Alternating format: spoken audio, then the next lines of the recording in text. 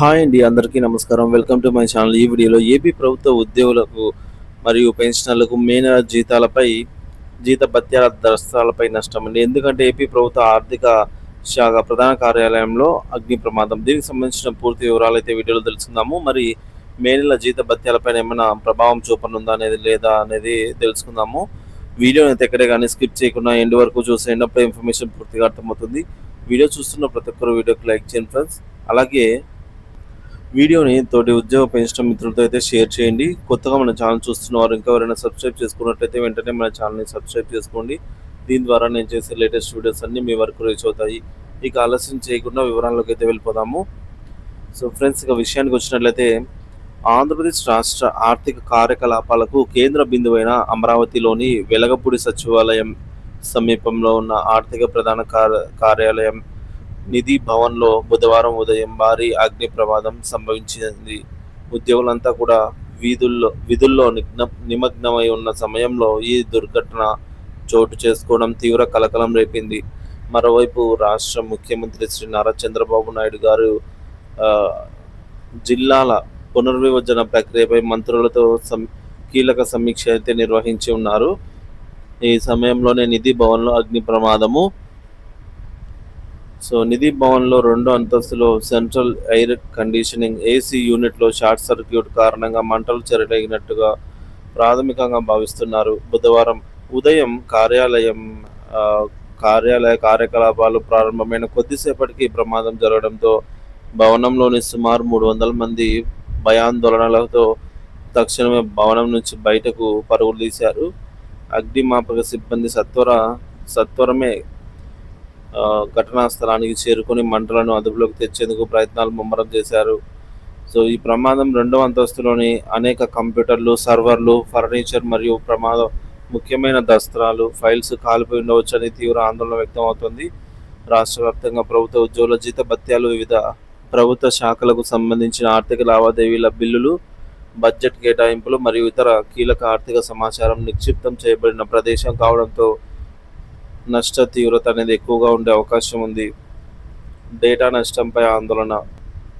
ప్రస్తుతం రాష్ట్రంలో ఆర్థిక లావాదేవీలన్నీ కూడా ఆన్లైన్ సిస్టమ్ ద్వారా అయితే జరుగుతున్నప్పటికీ స్థానికంగా కంప్యూటర్లలో నిల్వ ఉన్న డేటా, బ్యాకప్ ఫైల్స్ మరియు డిజిటలైజ్డ్ చేయని పాత రికార్డులు మంటల్లో కాలిపోయి ఉండవచ్చని ఉద్యోగులు భయపడుతున్నారు.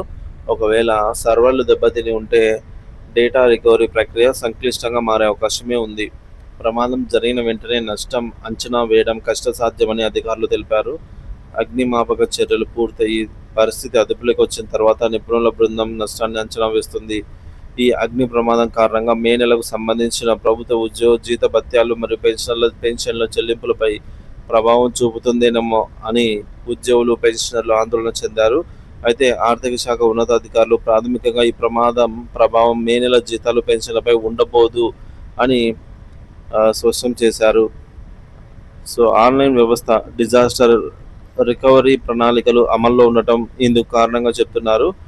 అయినప్పటికీ స్వల్పకాలిక అంతరాయాలు ఏర్పడే అవకాశాలు అయితే లేకపోలేదు. ప్రభుత్వం ఈ ఘటనపై తీవ్రంగా స్పందించి ప్రమాదానికి గల ఖచ్చితమైన కారణాలను, ఇలా జరిగి ఉండడానికి భవిష్యత్తులో ఇలాంటి ఘటనలు పునరావృతం కాకుండా నివారణ చర్యలు చేపట్టడానికి ఉన్నత స్థాయి విచారణకు ఆదేశించే అవకాశం ఉంది. భవనంలోని అగ్నిమాపక భద్రతా ప్రమాణాలపై కూడా సమీక్ష జరపనున్నారు. మరోవైపు రాష్ట్ర ముఖ్యమంత్రి శ్రీ నారా చంద్రబాబు నాయుడు గారు ఎన్నికల సమయంలో తెలుగుదేశం, బీజేపీ, జనసేన కూటమి ప్రభుత్వం ఇచ్చిన హామీల అమలు దిశగా కీలక అడుగులు వేస్తున్నారు. ఇందులో భాగంగా జిల్లాల పునర్విభజన అంశంపై మంత్రులతో ఉన్నత స్థాయి సమావేశాన్ని నిర్వహించారు. సో కాబట్టి ఎన్నికల ప్రచారంలో భాగంగా ప్రజల ఆకాంక్షలకు అనుగుణంగా పరిపాలనా సౌలభ్యం కోసం జిల్లాల పునర్విభజన చేపడతామని కూటమి హామీ ఇచ్చింది. ఈ హామీల అమలుకు కార్యాచరణ వేగవంతం చేయాలని సీఎం ఆదేశించారు. జిల్లాల పునర్విభజనపై సమగ్రమైన నివేదికను త్వరితగతిన రూపొందించి సమర్పించాలని ముఖ్యమంత్రి అధికారులను ఆదేశించారు. ఈ నివేదిక రూపకల్పనలో కేవలం ప్రభుత్వ అధికారులే కాకుండా తెలుగుదేశం, జనసేన, బీజేపీ పార్టీల నాయకులతో పాటు వివిధ ప్రజా సంఘాలు, స్థానిక ప్రజల అభిప్రాయాలను కూడా పరిగణలోకి తీసుకోవాలని స్పష్టమైన ఆదేశాలు జారీ చేశారు. ముఖ్య ప్రతిపాదనలు. ప్రకాశం జిల్లాలోని మార్కాపురం ప్రాంతం ప్రజలకు చిరకాల వాంఛైనటువంటి మార్కాపురం కేంద్రంగా ప్రత్యేక జిల్లా ఏర్పాటు చేసే ప్రతిపాదనపై దృష్టి సారించాలని సీఎం సూచించారు. అలాగే పోలవరం ప్రాజెక్టు నిర్మాణంతో ముంపుకు గురవుతున్న మండలాలను కలుపుతూ ఒక ప్రత్యేక జిల్లా లేదా నిర్దిష్ట పరిపాలనా యూనిట్‌ను ఏర్పాటు చేసే అంశాన్ని కూడా పరిశీలించాలని ఆదేశించారు. సో, జిల్లాల పునర్విభజన ప్రక్రియ అనేది అత్యంత పారదర్శకంగా, శాస్త్రీయంగా మరియు ప్రజాయోద్ధమై ప్రజామోదయోగ్యమై ఆమోదయోగ్యమై ఉండాలని ముఖ్యమంత్రి స్పష్టం చేశారు. భౌతిక సమగ్రత, పరిపాలనా సౌలభ్యం, ప్రజలకు అందుబాటు వనరుల పంపిణీ వంటి ఆదేశాలను క్షుణ్ణంగా పరిశీలించిన తర్వాతే తుది నిర్ణయాలు తీసుకోవాలని సూచించారు. సో, నిధి భవన్‌లో జరిగిన అగ్ని ప్రమాదం రాష్ట్ర ఆర్థిక వ్యవస్థకు సంబంధించిన కీలక సమాచారం, భద్రతపై ప్రశ్నలను లేవనెత్తింది.